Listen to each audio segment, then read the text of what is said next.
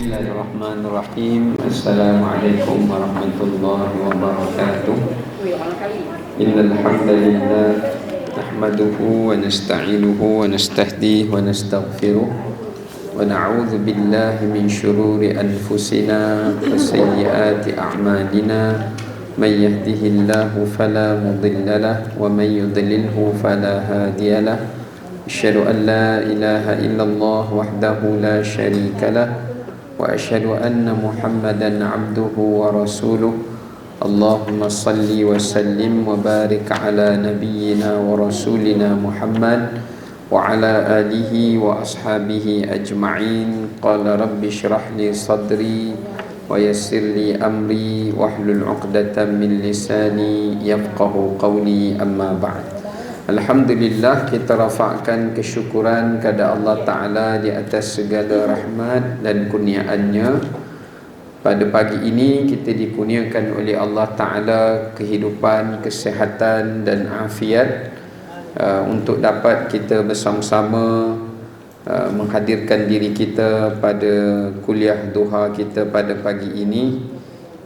Dan insya-Allah kita akan menyambung semula untuk tadabbur kita menerusi surah An-Nisa, iaitu sambungan bagi ayat yang ke-40.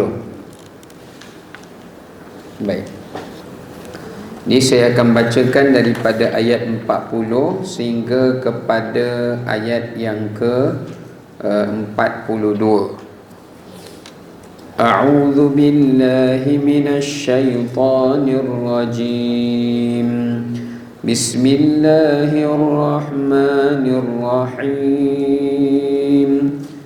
Innallaha la yadhlimu mithqala dzarrah wa in taku hasanatan yudha'ifha wa من لدنه أجرا عظيما فكيف إذا جئنا من كل أمة بشهيد وجئنا بك على هؤلاء شهيدا يومئذ يود الذين كفروا وعصوا الرسول لو تسوى بهم الأرض ولا يكتمون الله حديثا. Sadaqallahul azim. Baik, mafhum daripada ayat yang kita telah bacakan bersama, iaitu pada ayat 40 sehingga ayat 42, yang bermaksud sesungguhnya Allah tidak akan menzalimi seseorang walaupun sebesar zarrah, dan jika ada kebajikan walaupun sekecil zarrah pun, nescaya Allah Ta'ala akan melipat gandakannya dan memberikan pahala yang besar di sisinya. Dan bagaimanakah keadaan orang kafir nanti jika kami mendatangkan seorang saksi, yakni Rasul, dari setiap umat, dan kami mendatangkan kepada engkau wahai Muhammad sebagai saksi di atas sekalian umat dan Rasul itu. Pada hari itu orang yang kafir dan orang yang mendurhakai Rasul, yakni Nabi Muhammad sallallahu alaihi wasallam, berharap sekiranya mereka diratakan dengan tanah, yakni di dalam kubur atau hancur menjadi sebahagian daripada tanah, padahal mereka tidak akan dapat menyembunyikan sesuatu kejadian apapun pada hari kiamat daripada Allah Subhanahu wa ta'ala. Baik. Jadi daripada ayat yang ke-40 sehingga ayat 42 ini, ayat ini Allah Ta'ala menerangkan kepada kita tentang dua perkara. Yang pertama, ayat ini menunjukkan kepada kita peringatan terhadap setiap kebaikan dan kejahatan itu akan dipersaksikan dan dibalasi kelak. Yang pertama, Allah Ta'ala berikan peringatan pada kita, setiap kebaikan yang kita buat, kecil atau besar, demikian juga keburukan atau kejahatan, kecil atau besar, kesemuanya akan diperlihatkan dan dibalasi oleh Allah Subhanahu wa Ta'ala. Yang keduanya, ayat ini menerangkan kepada kita berkenaan dengan keinginan orang-orang yang zalim. Keinginan orang-orang yang zalim dan yang durhaka pada hari kiamat, agar mereka itu tidak dibangkitkan. Agar mereka tidak dibangkitkan, maknanya mereka tidak dikeluarkan dan dihidupkan semula pada hari qiyamah. Baik, sekarang kita kembali semula pada ayat yang ke-40, ya. Baik. Pada ayat yang ke-40, ayat ini yang pertamanya menerangkan kepada kita larangan untuk berbuat zalim. Larangan untuk berbuat zalim. Larangan untuk berbuat zalim. Yang pertama sekali, kenapa Allah melarang kita berbuat zalim? Kerana kezaliman itu adalah perkara yang pertama yang akan diperhitungkan oleh Allah pada hari kiamat, dan perkara yang paling banyak menyesalkan manusia padanya di hari kiamat. So yang pertama, ayat ini Allah menegaskan larangan untuk kita berbuat zalim. Kenapa? Disebabkan yang pertama, kezaliman itu adalah perkara pertama yang akan diperhitungkan. Yang keduanya, kerana kezaliman itu yang paling banyak disesalkan oleh manusia pada hari kiamat. Baik, bila kita sebut tentang zalim, apa makna zalim? Ya, zalim itu disebutkan oleh para ulama dengan pelbagai makna. Ya, zalim ni ada pelbagai makna.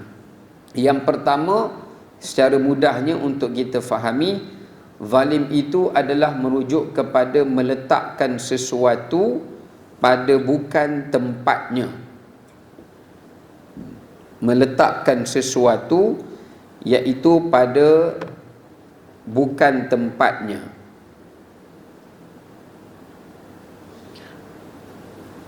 Dalam erti kata yang lain, apabila seseorang itu memberikan hak kepada orang yang tidak berhak, atau tidak memberikan hak kepada orang yang berhak, itu disebut sebagai zalim. Ada juga ulama memberikan takrif, zalim itu maknanya adalah melampaui batas. Ya, melampaui batas ataupun melampaui tujuan. Itu zalim. Maknanya dia tak ikut tujuan sebenar dan dia melampaui batasan. Okey. Dalam Quran, Allah Ta'ala telah membahagikan zalim ini kepada 4 bahagian. Ada 4 jenis kezaliman yang dicela dalam Quranul Karim. Yang pertama, kita nak kena tahu Allah Ta'ala sendiri mengharamkan berbuat zalim ke atas dirinya. Padahal Allah Ta'ala ni Tuhan, tidak ada perlu apa pun yang perlu mengikat dirinya, sebab dia Tuhan. Sepatutnya tak ada benda yang boleh diharamkan ke atasnya. Tapi Allah Ta'ala sendiri sebut dalam hadis qudsi, aku mengharamkan ke atas diriku kezaliman. Maksudnya Allah takkan benarkan dirinya berbuat zalim, dan memang Allah tidak akan berbuat zalim. Ya. Baik. Jadi yang pertama, kezaliman itu adalah yang disebutkan oleh para ulama merujuk kepada kezaliman terhadap nyawa atau makhluk. Kezaliman terhadap makhluk. Kezaliman terhadap makhluk ini adalah merujuk kepada sama ada kezaliman terhadap manusia atau terhadap hayawan. Maknanya makhluk yang empunya roh lah. Kalau yang tak ada roh tu, itu tidak dinamakan kezaliman. Tapi itu dinamakan kerosakan. Macam pergi saja-saja patahkan pokok, bakar kebun orang, kan? Yang tu dia zalim lah, tapi zalim pada harta lah, bukan zalim pada pokok tu, tapi zalim pada hak orang itu. Ini dipanggil zalim pada hak atau zalim pada makhluk. Ini pada hak makhluk itu, harta dia, nyawa dia, maruah dia, dan seumpamanya. Ini perkara yang pertama sekali yang diharamkan, ya, kerana dia termasuk daripada perkara yang dilarang dan ditegah oleh Allah Subhanahu wa taala. Yang keduanya adalah zulmun nafs, menzalimi diri sendiri, atau menzalimi diri. Menzalimi diri ni makna katanya orang yang membiarkan dirinya diseksa pada hari kiamat kerana dosanya. Baik kerana dia buat perbuatan kufur, dia buat perbuatan syirik, ataupun dia buat perbuatan maksiat, kemungkaran yang menyebabkan dia kena diseksa pada hari kiamat. So sebenarnya Allah kata dia tu zalim diri dia kerana dia membiarkan dirinya untuk diseksa pada hari kiamat. Ini dipanggil menzalimi diri sendiri. Yang ketiga disebut sebagai zulmun azim, kezaliman yang agung. Kezaliman yang agung ni kezaliman yang paling atas sekali. Tak ada yang lebih besar daripada kezaliman ini. Lebih besar daripada zalim makhluk, lebih besar daripada zalim diri sendiri, iaitu menzalimi Allah dan Rasul. Ini dipanggil zulmun azim.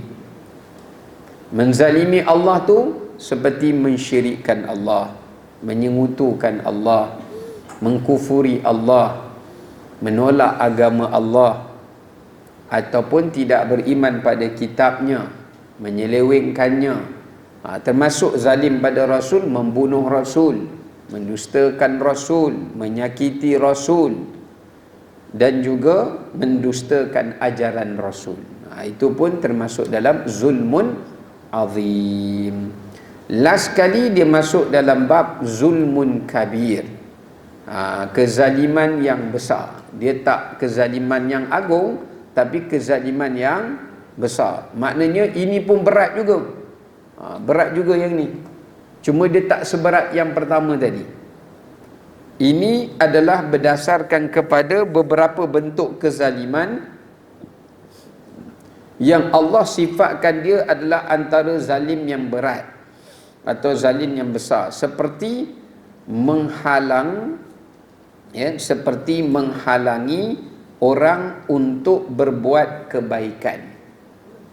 Dia halang orang untuk berbuat baik, halang orang untuk beriman, halang orang untuk beramal saleh.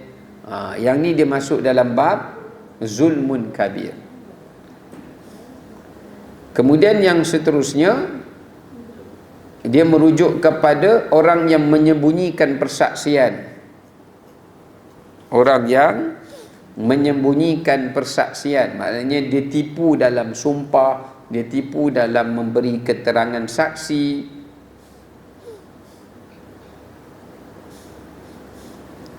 Ini termasuk di antara zulmun kabir, ya.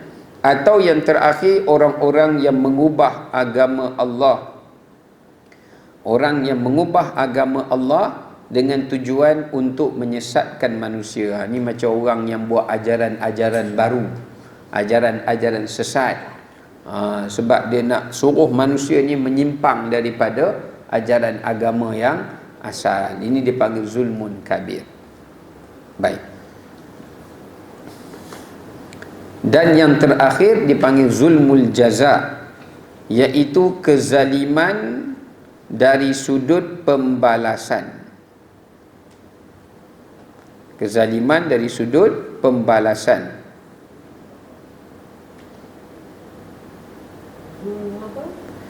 Zulmul jaza.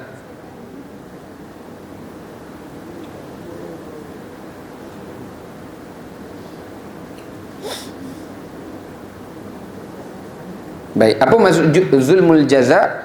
Iaitu kezaliman dari sudut pembalasan. Ini dalam konteks ayat yang kita baca ni lah, di mana Allah Ta'ala sebut Allah tidak akan menzalimi manusia dari sudut membalas. Maknanya membalas kejahatan mereka atau kebaikan mereka.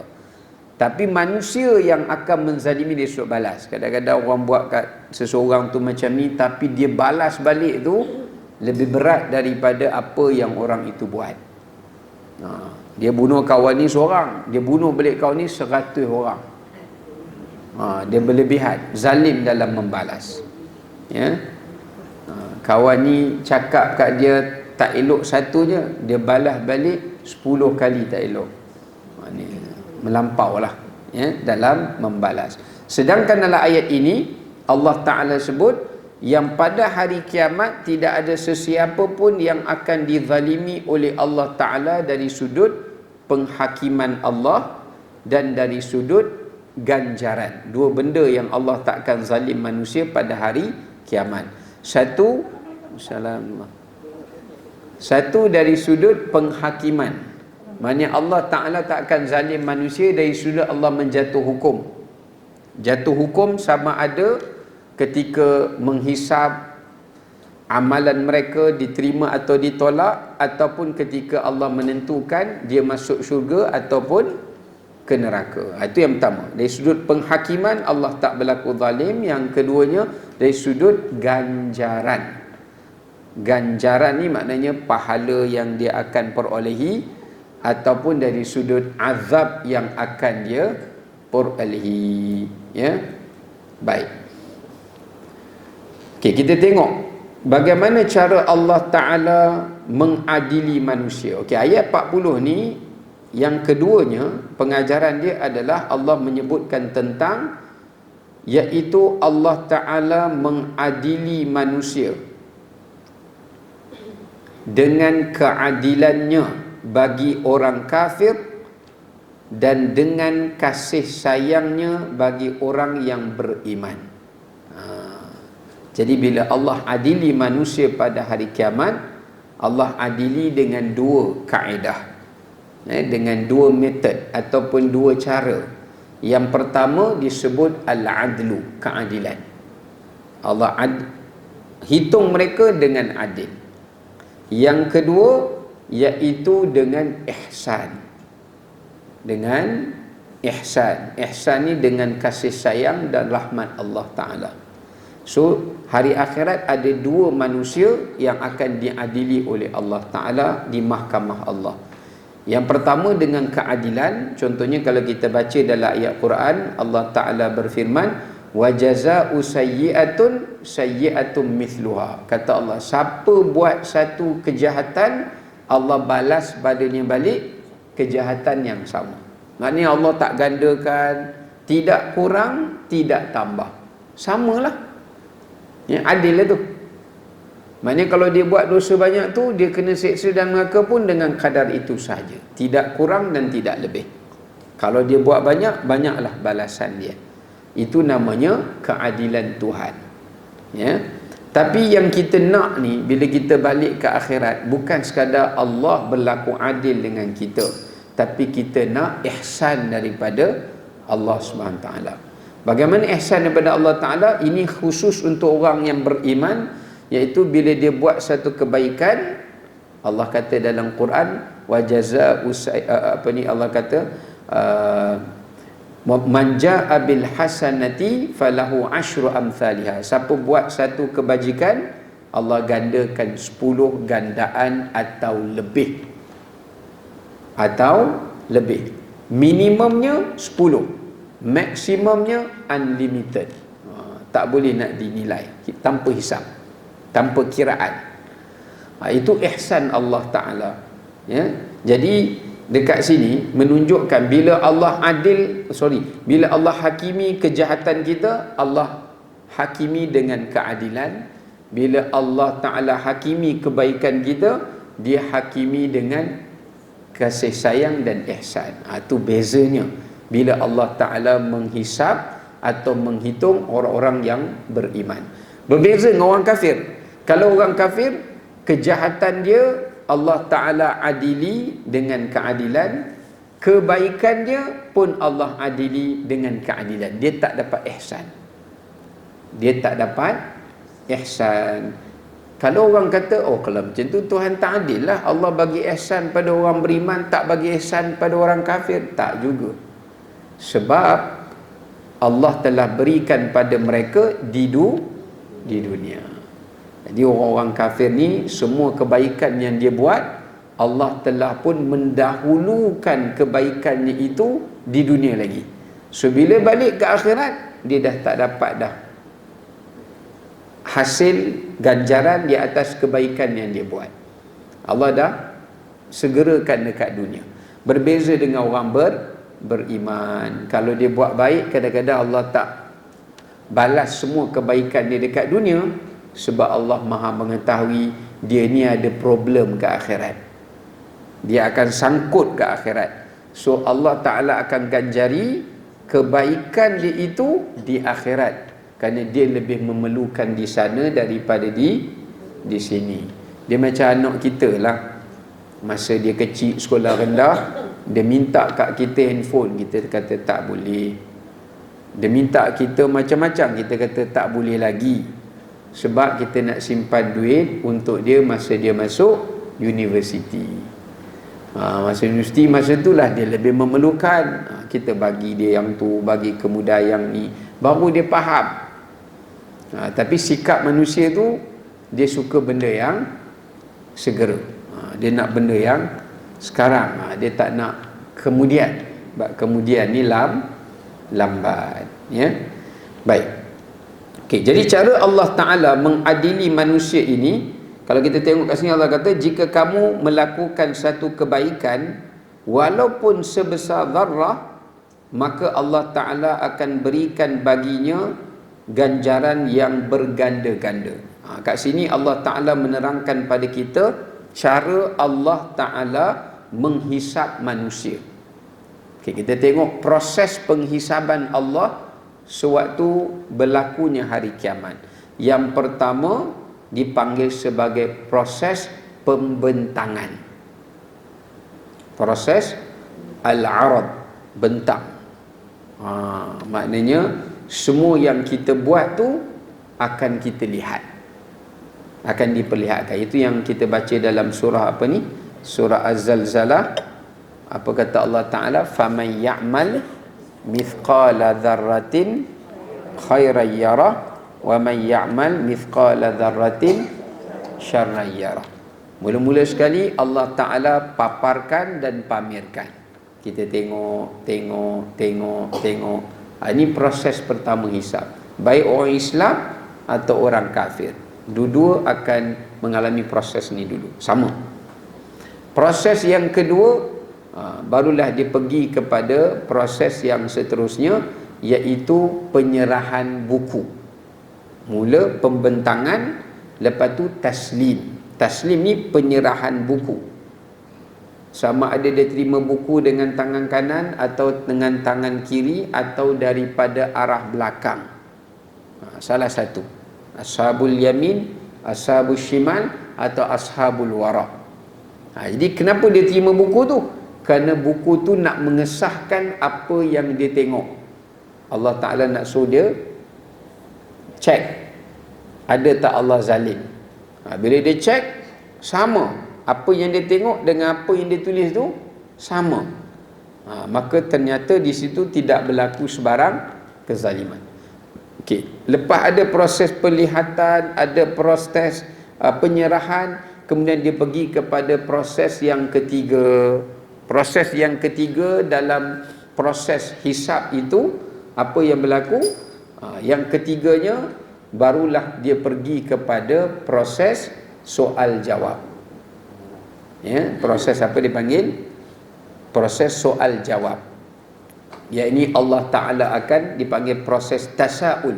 Allah Ta'ala tanya, kita kena jawab. Dah dapat buku kan, dah tengok kan, kenapa itu, kenapa ini dipanggil sebagai proses niqash. Dipanggil niqash.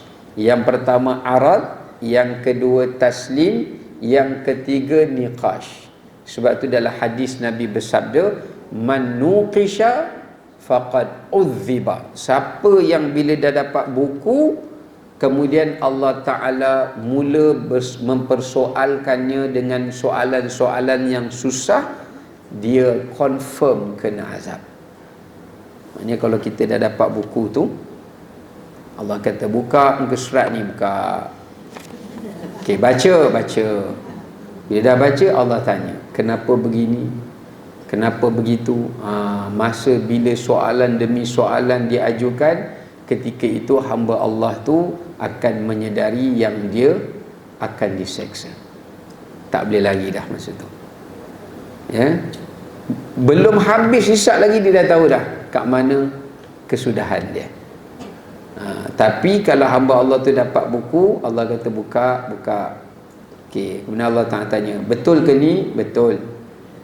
Apakah dalam hadis sebut, apakah malaikat yang mencatat ini ada tersilap? Tidak ada. Mengaku. Okey, next. Macam tu je. Ini dipanggil hisaban yasira, hisab yang mudah. Soalannya mudah, tak complicated. Kita terus mengaku, tak ada nak sebenarnya kawan, sebenarnya itu dia tak ada dah. Itu hisab yang mudah. Allah bagi kita jawab tu mengaku, betul. Situ je. Walaupun kita mengaku, tapi Allah akan ampunkan. Sebab apa? Sebab Allah adili dengan ihsan.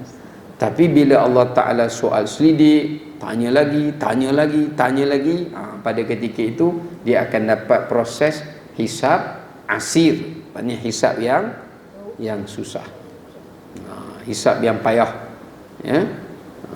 Baik, itu dipanggil proses niqash. Nombor 3. Nombor 4, bagi orang beriman, dia pergi kepada proses yang dinamakan proses mudha'afah, iaitu setiap kebaikan yang diletak atas timbangan, Allah gandakan. Berapa banyak gandaan itu terserah pada Allah Ta'ala. Tapi kalau orang yang kafir ataupun orang yang zalim, setiap kali dia letakkan kebaikannya, maka tanaqus akan dikurangkan. Sebab apa? Sebab setiap kebaikan dia itu tak diterima oleh Allah sebab dia buat selain Allah kan. Maka dia akan berkurang.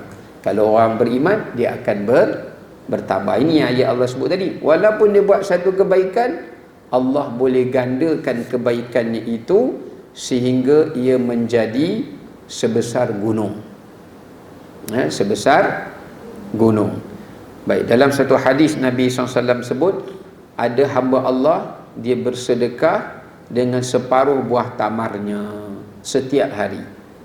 Tapi bila dia balik ke akhirat, dia tengok atas timbangan mizan, dia seumpama telah bersedekah dengan bergunung-gunung buah tamar. Lalu dia kata pada Allah, aku tidak pernah bersedekah sebanyak ini. Ini masa Allah buka perbahasan ibadat sedekah. Dia kata, saya tak buat banyak ni ya Allah. Allah kata, ya, tapi aku telah pun menggandakannya. Maknanya Allah bagi dividen tu lebih pada modal. Mana ada syarikat bagi dividen lebih pada modal? Ada jumpa? Masuk 10,000 bagi 1 juta, ada? Ada. Scammer pun tak boleh bagi macam tu. Ya, kalau scammer bagi, dia pun kena scam juga. Jadi Allah Ta'ala je boleh bagi banyak tu, dia bagi lagi lebih daripada itu. Tapi bukan sekarang lah dia balas tu, dibalasnya itu nanti di akhirat, ya. Baik, kemudian proses yang seterusnya, dia bagi proses yang ke berapa dah? 5. Proses yang kelima, iaitu proses tabdil, nama dia. Proses apa? Proses tabdil. Apa itu tabdil? Tabdil itu adalah merujuk kepada Allah tukarkan, Allah Ta'ala menukarkan kejahatannya itu menjadi kebaikan. Ini proses hisab orang beriman dan seterusnya. Lepas yang baik tu Tuhan ganda, yang jahat tu Allah tak gugurkan, tapi Allah tukar dia pergi ke timbangan kebaikan. Jadi kebaikan dia itu semakin bertambah pahalanya. Ini yang Allah sebut dalam Quran, faulaika yubaddilullahu sayyiatihim hasanat. Mereka itulah orang-orang yang telah Allah tukarkan kejahatan mereka menjadi pahala. Dosa tu tukar jadi pahala. Pahala tak tukar jadi dosa, tapi dosa tu tukar jadi pahala. Mana ada orang hutang tukar jadi hadiah? Ada?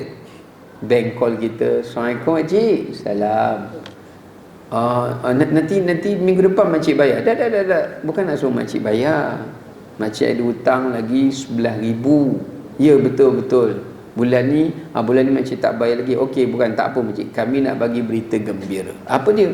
11,000 yang baki tu kami hadiah ke makcik. Bagi nombor akaunnya, kami nak masukkan. Melompat makcik tu. Tak pernah dibuat orang. Tak pernah dibuat orang. Oh, kalau macam tu lah syok lah kan. Tiap-tiap hari orang tunggu bila bank nak telefon ni. Terutamanya kalau hutang lagi banyak, lagi seronok dia.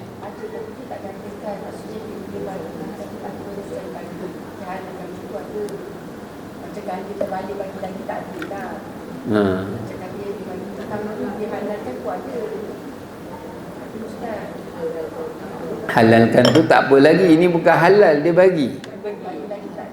Memang tak akan ada lah. Allah Ta'ala aja boleh bagi. Saya nak sebutkan yang Allah Ta'ala saja boleh bagi macam tu. Ya.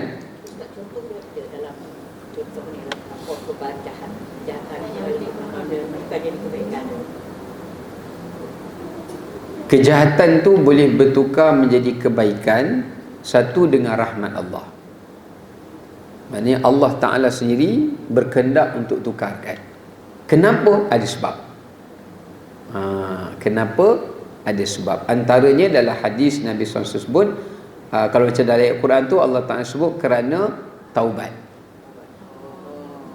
Taubat, kita faham taubat tu Allah ampunkan dosa kita, betul kan? Tapi kadang-kadang jangan faham taubat macam tu saja. Taubat tu juga boleh difahami bila kita taubat pada Allah, kita dah tak buat dah dosa tu, tapi dosa tu Allah simpan. Kemudian Allah tukarkan. Sebenarnya dosa tu dah tak ada dah lah, tapi Allah nak tunjuk sifat rahmat dia. Allah jadikan dosa yang dia taubatkan itu, dia tengok ke akhirat, Allah, saya taubat dah dosa ni, pasal apa duk ada lagi? Nanti bertenang, aku akan tukarkan dosa ini menjadi pahala. Tukarkan jadi pahala. Ada orang Allah gugurkan dosa tu, tapi tak bertukar jadi pahala lah.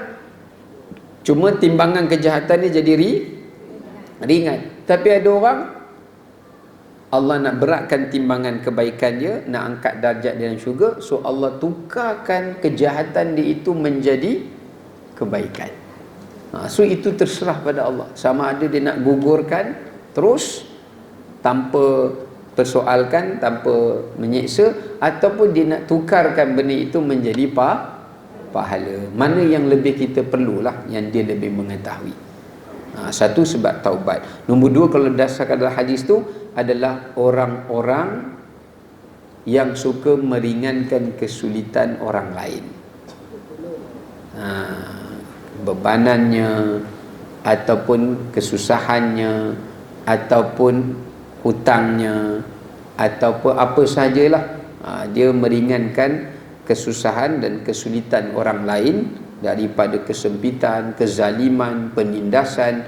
Maka di akhirat Allah kata, aku lebih berhak untuk meringankan pada hamba-Ku daripada kamu meringankan kepada hamba-Ku yang lain. Sebab aku lebih kaya, Allah kata. So Allah Ta'ala boleh jadikan dan berikan seperti itu, ya.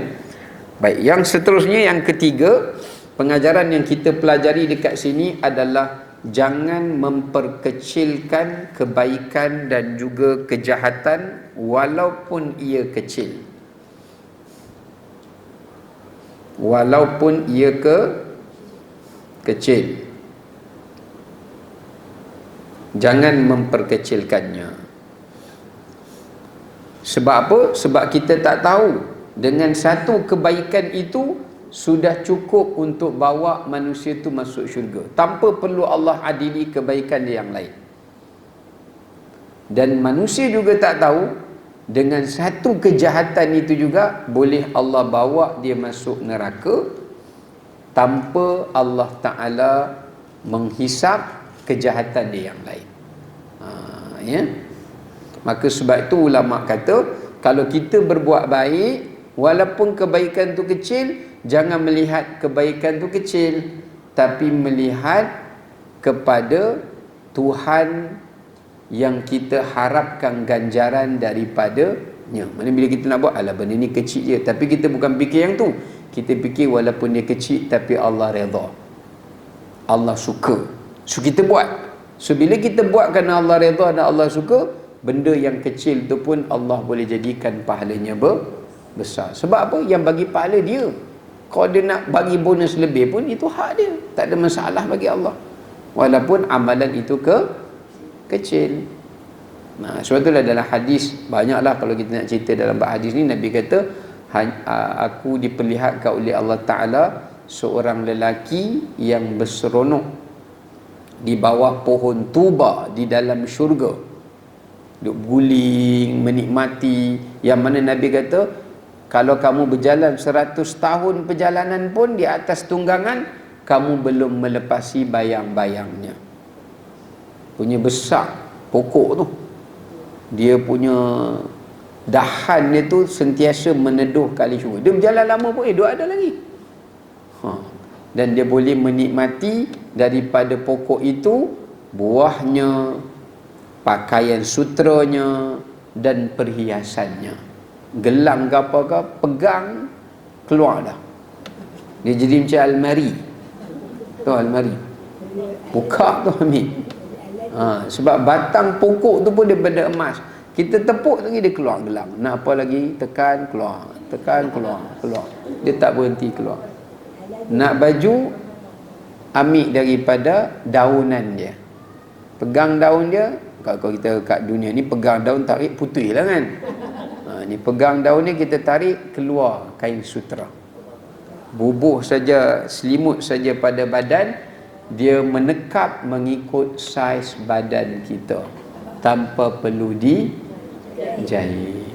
Ikut pattern apa, nak design apa kan. Rasa berkenan baju lain pula, ambil, bubuh balik, baju yang lama akan jatuh dengan sendiri. Tak adalah lagi tarik, sangkut kat kepala, lengan pula sangkut sebab baru lepas makan 2-3 pinggan tadi. Masa masuk okey, masuk tu lancar, bila nak keluar tu sangkut. Jadi dia takkan berlaku macam tu lah. Dia takkan berlaku sebeginian, ya. So Nabi kata, dia berseronok di bawah pokok tu hanya kerana dia, amalan dia suka alihkan benda-benda yang menghalang lalu lintas orang. Sampah ke, dia duk kutip, dia nak ambil pahala macam tu. Waktu saya pernah pergi Jepun dulu saya pernah pergi Jepun, lama dah, 2017 kan. So masa pergi ke satu tempat Jepun ni bersih lah. Saya tengok ada seorang pergi ke macam satu taman dia, taman bambu dia ada buluh dia kan, cantik lah. Kawasan tu nak ambil gambar dia pun tak ada apa pun. Tapi saya tengok ada seorang pakcik tua ni, dia pergi tu dia bawa yang pengempit tu. Lepas tu bila, tapi dia pandai cakap English lah. Kita pun boleh lah English, tak bodoh punya English ni kan. English yang tak pernah reti sangat lah. Jadi bila cakap tu, bolehlah dia balas balik. Rupanya dia kata, dia memang tahu ni tempat turis, selalu kadang-kadang ada turis buang sampah. So dia pergi tu just nak kutip itu je, sambil exercise jalan pagi-pagi, dia kutip buang. Kita kalau pergi jalan padang, Nak kutip pahala pun boleh. Tapi kita niat tu nak pergi berlari je. Nampak sampah, biar pergi lah. Bukan saya yang buang. Tapi dia punya mentaliti, sambil dia exercise, dia tengok, dia ambil, dia buang.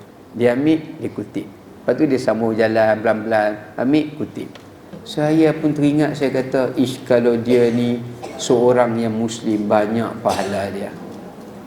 Tapi aku yang Muslim ni pun tak buat macam dia. Kan? Maknanya tak terfikir nak cari pahala sampai macam tu. Walaupun tak adalah banyak sampah orang buang, tapi dia cuba nak cari, dia buang. Lepas tu bila kita cakap kat dia, bukankah ada pihak berkuasa yang buat, dia kata itu bahagian dia, ini bahagian saya. Bahagian saya, dia kata. Ya, masa haji kan, diorang kemas balik.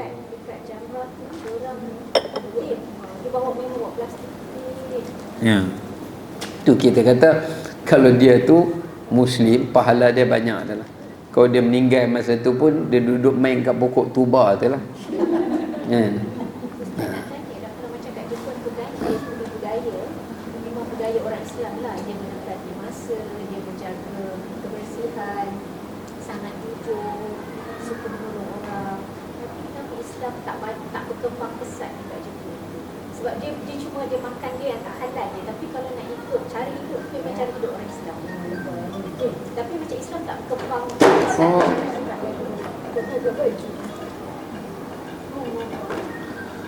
Dia satu, mungkin ada orang Muslim di Jepun.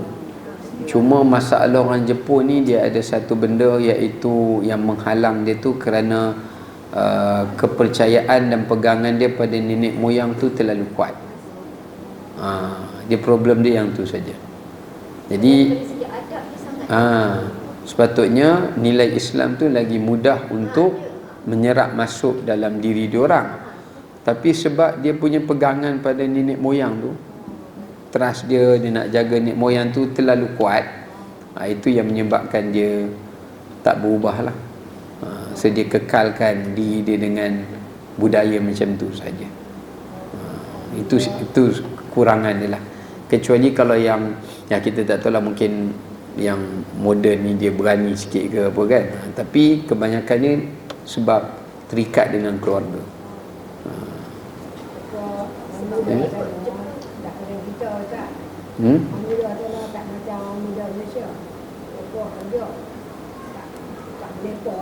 Ya, betul. Sampai turun pun. Dia dekat stesen-stesen tu, dia memang nak tolong orang. Dia bawa macam dia nak tolong orang cari jalan, nak naik train tak pandai, dia memang nak bantu orang. Dia duduk kat sini, beri bahasa. Dia rasa tolong diri. Tapi dia sangat jujur. Kalau macam barang tu kan, macam kita nak beli roti, kita tak sure benda tu halal ke tak, kita nak tanya ingredient ni kan. Dia akan usaha cari untuk kita tu, cari maklumat. Dia tak ada seperti kata halal ke, boleh ke. Nak bagi laku kan. Boleh jadi tipu kita kan. Dia sangat jujur. Sangat jujur. Betul lah. Ustaz, orang yang buat baik ni, kalau untuk orang yang kafir, kita banyak kita tengok orang yang buat baik. Tuhan kita, Tuhan ada tunjuk tak apa-apa dari orang yang akhirat. Kan dia pun tunjuk mantap. Ada tak dia nampak saja kebaikan dia tu? Dia akan nampak kebaikan dia tu. Tapi kebaikan itu Allah Ta'ala dah dahulukan di syurga. Di dunia. Di dunia. Tapi andai kata masih lagi ada kebaikan itu, Allah berlaku adil kepada dia. Kata ulama, Allah ringankan azab dia dalam neraka. Maksudnya dia still kena masuk neraka sebab dia tak beriman pada Allah. Cuma bezanya Allah ringankan azabnya dalam neraka, macam Abu Talib lah. Jadi kalau orang lain duduk neraka jahanam sama dengan dia, yang membezakan dia tu lebih mendapat siksaan yang lebih ringan berbanding yang lain. Ya. Baik. Sama juga dalam perkara kejahatan. Jangan memperkecilkan kejahatan, kerana kejahatan yang kecil juga boleh membawa manusia kepada duduk di dalam neraka dengan lama. Contoh, ada satu hadis Nabi SAW sebut, Nabi kata dalam hadis Muslim, iaitu seseorang itu bi kalimatin la yulqi laha balan. Seseorang tu bercakap dengan satu saja perkataan yang dimurkai oleh Allah. Bukannya 3 patah, 5 patah, satu saja word yang dipakai, tapi Allah murka. Tapi dia rasa macam benda tu tak ada apa. Ya? Allah akan campakkan dia dalam neraka, yahwi biha fi nari jahannam sab'ina kharifa. Dalam hadis sebut Allah campakkan dia dalam neraka hanya satu perkataan tu 70 tahun. Satu perkataan duduk dalam neraka 70 tahun. 2 patah 140. Kalau satu ayat, kalilah. Jenis cakap pula, cakap tak berhenti. Cakap pula benda yang Tuhan tak suka, kalilah sendiri berapa lama duduk dalam neraka. Kan? Ya. Macam mana? Dia sama ada perkataan atau isyarat. Misalnya contoh dalam pendapat ulama katakanlah kalau orang tu mengatakan benda syirik misalnya, dia hanya memandai ya, betul, habis, cukup. Itu saja dia cukup. Dia tak boleh cakap banyak-banyak. Dia cakap perkataan betul, benar, ya, yang tu pun sudah cukup dia masuk dalam neraka Allah. Ya. Kalau dia cakap banyak lagi perkataan, banyak lagi lah hukuman dia.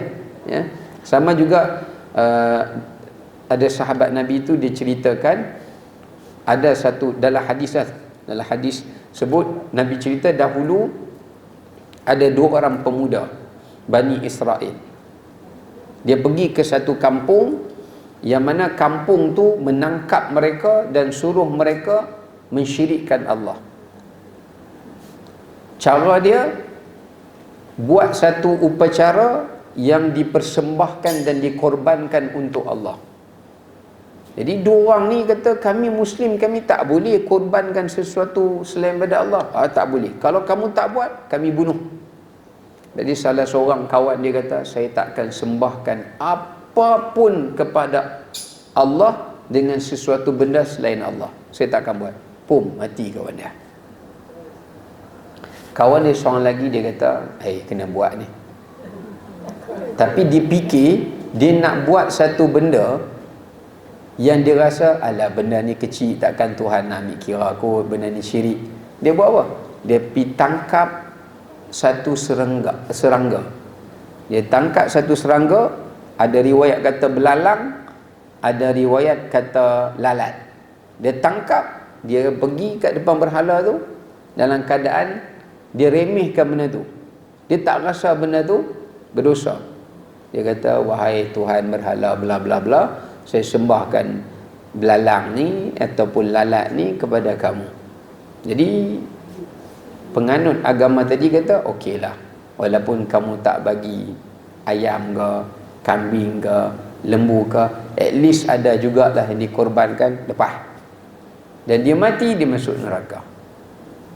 Sebab dia memperkecilkan perbuatan, dia anggap, alah takkanlah korbankan lalat dengan belalang pun syirik.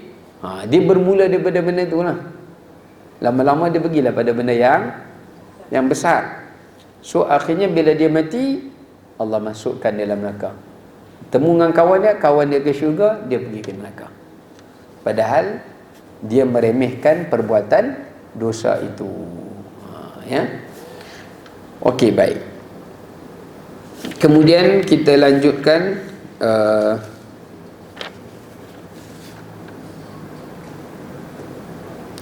contohnya di dalam hadis Nabi SAW. Sebab tu ayat ni juga, ayat ni kita nampak je ringkas ayat 40 ni, tapi pengajaran dia tu sangat banyak.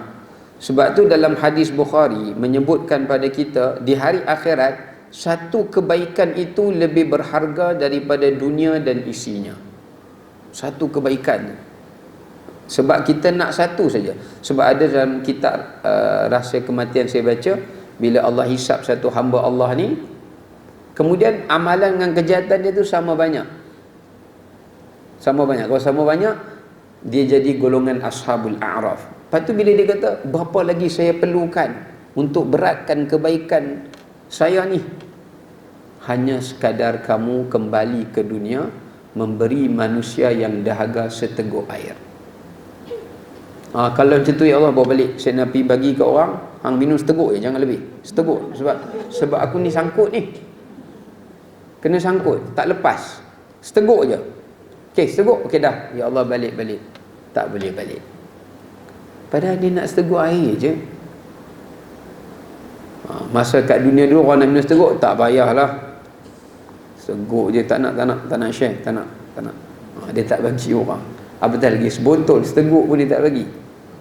Padahal nanti dibalik ke akhirat, seteguk itulah yang boleh menyelamatkan dirinya. Sebab tu dalam hadis Nabi kata, wahai Rasulullah SAW, pergilah ke dalam neraka dan carilah hamba-hambaku yang imannya sebesar zarrah dan keluarkan dia daripada neraka. Lalu Nabi pun pergi cari bawa keluar, sehingga kan Nabi kata, aku mendapati ada yang iman dia lebih halus daripada zarrah.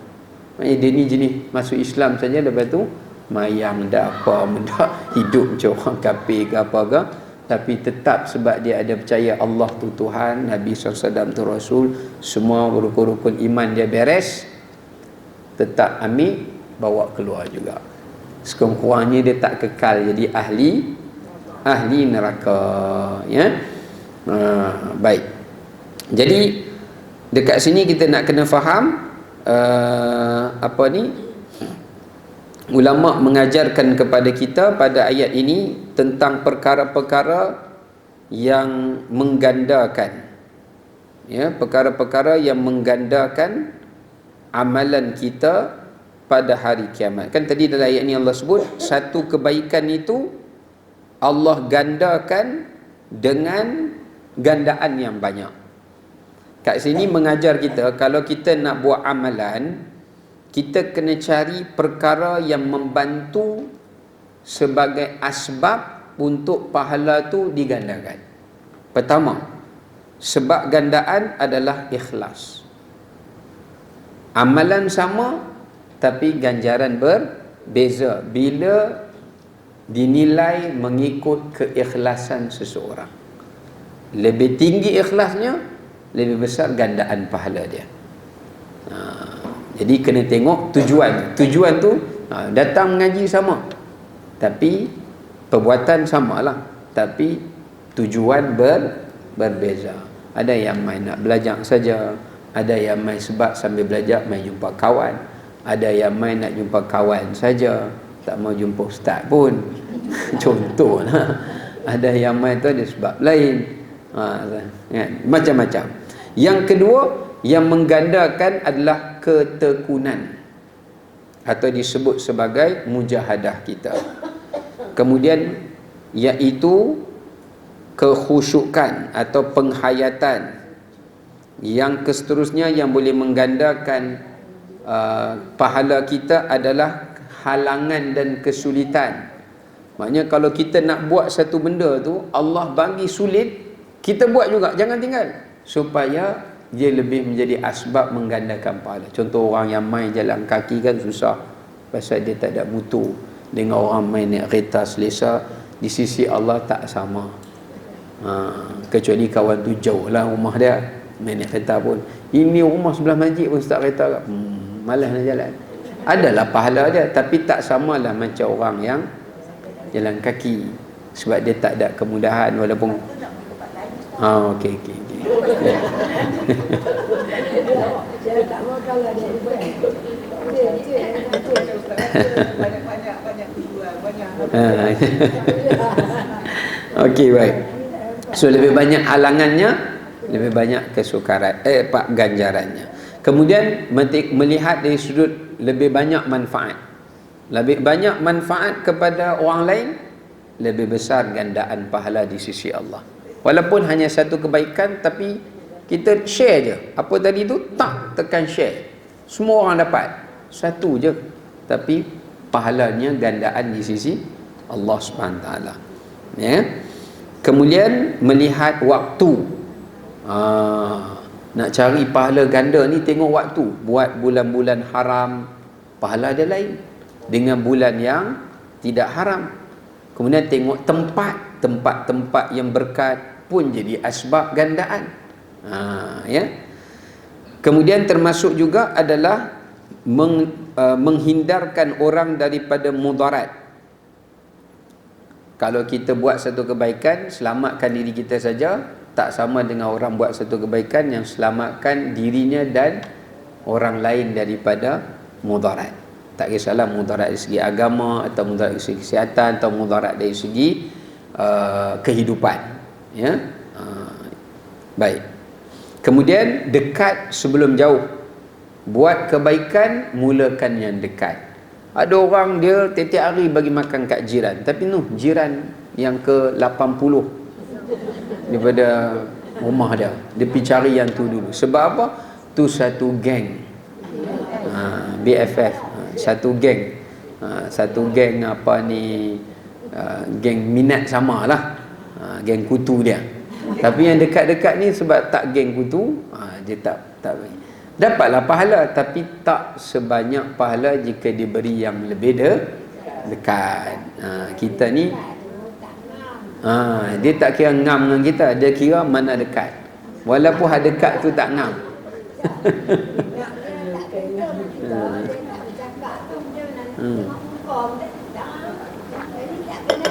Kita nak bagi dia bermuka pula, kita bagi kau elok. Dia tu ustaz dia. Tak apalah, kita bagi dia buat muka, dia punya pasal lah. Kita bagi je lah, nampak macam mana. Dia tak suka kat kita tu, dia jawab lah dengan Tuhan. Tapi kita bagi. Satu kali dia bagi dia macam tu, tak nak bagi lagi. Cina Ustaz. Ya baik. Bagilah. Kalau dia dekat dengan kita, bagilah. Kemudian nak gandakan amalan, buat secara berjemaah. Jangan buat seorang-seorang. Kan? Mengaji berjemaah, semayang, benda-benda yang boleh kita buat secara berjemaah. Jadi mesyuarat pun dapat pahala juga. Buat berjemaah, jangan buat seorang-seorang dia. Ya. Kemudian buat dengan ilmu. Ya. Buat dengan ilmu. Ini di antara beberapa perkara. Ya. Kemudian kita sambung ayat 41. Ayat ini menunjukkan berkenaan dengan bentuk saksi pada hari kiamat. Persaksian pada hari kiamat. Ayat ini menceritakan tentang saksi-saksi manusia pada hari kiamat.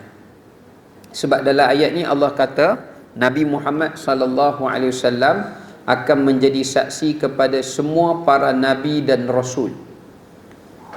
Dan umat Nabi Muhammad SAW akan menjadi saksi kepada umat-umat nabi-nabi dan rasul yang lain. Ya.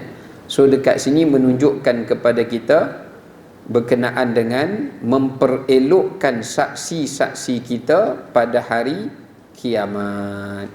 Maknanya kita pastikan kita balik di hari akhirat dalam keadaan kita membawa saksi-saksi yang baik. Baik, apakah saksi-saksi yang baik untuk kita di hari akhirat? Yang pertama adalah merupakan para nabi dan rasul.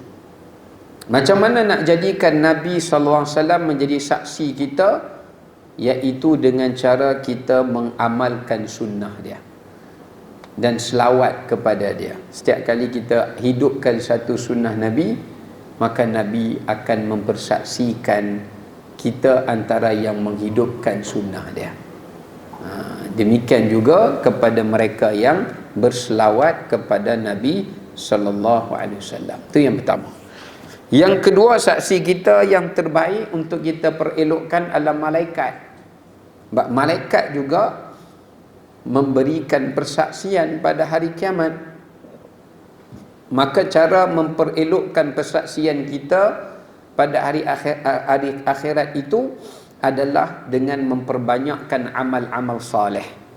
Sebab setiap kali kita buat amal saleh, maka malaikat akan menyaksikan. Ya. Sebab itulah macam baca Quran lepas subuh, kan, dan juga waktu asar, itu juga waktu ramai malaikat. Sebab malaikat siang dan malam mereka nak bertukar shift tu, mereka berhimpun antara subuh dan juga asar. Kan? Ya? Yang tu Allah Ta'ala lah. Ada juga malaikat saksi, tapi yang paling ramai antara dua waktu tadi, sebelum terbit matahari dengan sebelum terbenam matahari. Dan apa jua amal soleh pun malaikat menyaksikan. Apa dia? Subuh asar. Okey. Yang ketiga, yang memperelokkan persaksian kita juga pada hari kiamat adalah bumi. Bumi, tanah ni. Sebab itulah Nabi suruh kita memperelok dan memperbanyakkan langkah-langkah kebaikan. Jalan ni pada benda baik. Jalan ni pada benda baik. Sebab tu bila kita semayang, digalakkan kita pindah tempat. Pindah. Sebab Nabi larang kita menjadi unta. Unta ni kalau dia duduk satu tempat, dia suka duduk tempat yang sama dan tak beralih. Jadi kalau kita setiap kali masa musim tarawih, kalau mai sembahyang tarawih, itulah tempat kita. Siapa pun tak boleh ambil. Unta lah tu. Unta lah. Itu adik-beradik unta. Cuma nama dia unta hidup yang pelik sikit. Untasia nama dia. Untasia, unta campur manusia. Jadi kena alih-alih. Sebab apa? Sebab bumi itu memberi persaksian. Dia akan cakap, ya Allah. Sebab itulah bila kita keluar pergi satu tempat, Nabi suruh kita bila balik arah lain. Sebab apa? Semua tu tujuannya nak suruh bumi tu menjadi saksi. Ya Allah, dia pergi sana, dia balik pula, bumi ni pula bagi saksi. Payah lagu tu kan? Tak apalah, lah ni Google dah dah.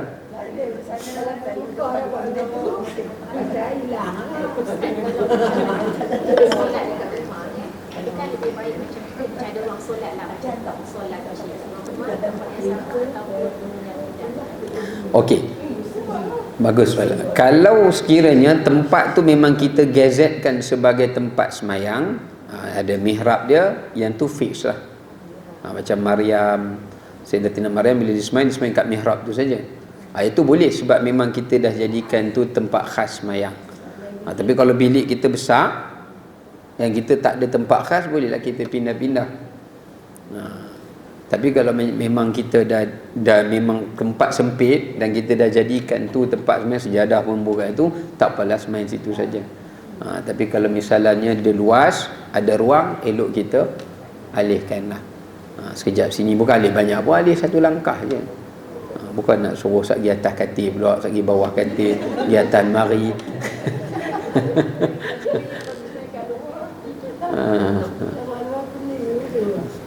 Okey. Kemudian dan yang seterusnya adalah saksi yang terbaik bagi kita adalah merupakan anak dan zuriat, anak-anak dan keturunan zuriatnya. Maknanya keturunan kita lah, yang kita tinggal dan wariskan padanya amal-amal yang soleh. Maknanya mereka itu mewarisi amalan-amalan kita kerana mereka menyaksikan amalan-amalan yang kita lakukan. Dan yang terakhir, saksi kita adalah manusia di kalangan orang-orang yang soleh yang kita bersama-sama dengan mereka di dunia dahulu. Maknanya kita perbanyakkan kawan-kawan dengan orang-orang yang soleh sewaktu di dunia dahulu. Ya. Maka mereka inilah yang akan balik pada hari akhirat untuk memberikan persaksian kepada kita. Okey, wallahu alam. Kita berhenti sampai situlah nah. Panjang kita punya pembahasan ni. Sampai Tadi Ustaz sebut Al-A'raf tu. Baca guidance sikit. So sekarang kat hospital. denggi. Dia kena denggi. Lepas tu dah 2 hari balik turun. Lepas tu semalam baru naik sikit balik. Tapi kesian dia tak ada bilik lagi. Masih dekat emergency. Dekat mana dia pergi exam? OPP. Ini sekali lah Ustaz. Ustaz tadi Ustaz semalam Sama banyak. sama banyak. Mana dia sama di mana? Dia duduk kat arah tu lah. Dia dekat situ dia tengok Duduk kat tengah kat dinding tu yang memisahkan antara syurga dengan neraka. Setiap pagi dia tengok syurga, dia teringin nak masuk, tak boleh masuk. Sagi petang dia tengok neraka, dia diseksa dengan gambaran neraka yang dia tengok. Berapa lama tu atas ilmu Allah. Sampai Allah Ta'ala izinkan dia diberikan syafaat atau Allah ampunkan dia, baru dia boleh masuk syurga. Ya? Apa tengah? Sama berat. Dia dulu suka ni makanan apa ni, berat seimbang. Jadi itu yang jadi macam tu semua jadi seimbang. Okey, kita buat sikit doa selamat untuk suami Kak Su, Ahmad Effendi bin Muhammad Alias, ya. Bismillahirrahmanirrahim. Alhamdulillahirabbil alamin wassalatu wassalamu ala asyrafil anbiya'i wal mursalin wa ala alihi wa ashabihi ajma'in. Allahumma salli wa sallim wa barik ala sayyidina Muhammadin wa ala alihi wa sahbihi ajma'in. Allahumma anta rabban nas مذهب البأس اشفي وأنت الشافي لا شفاء إلا شفاؤك شفاء لا يغادر سقما بسم الله شافي بسم الله كافي بسم الله المعافي بسم الله الذي لا يضر مع اسمه شيء في الأرض ولا في السماء وهو السميع العليم اللهم إنا نسألك العفو والعافية والصحة والمعافاة الدائمة في الدين والدنيا والآخرة اللهم عافه اللهم اشفه بشفاء عاجل غير آجل شفاء لا يغادر سقما. Ya Allah, berikanlah kesembuhanmu, keafiatanmu ya Allah kepada saudara kami Ahmad Effendi bin Muhammad Alias.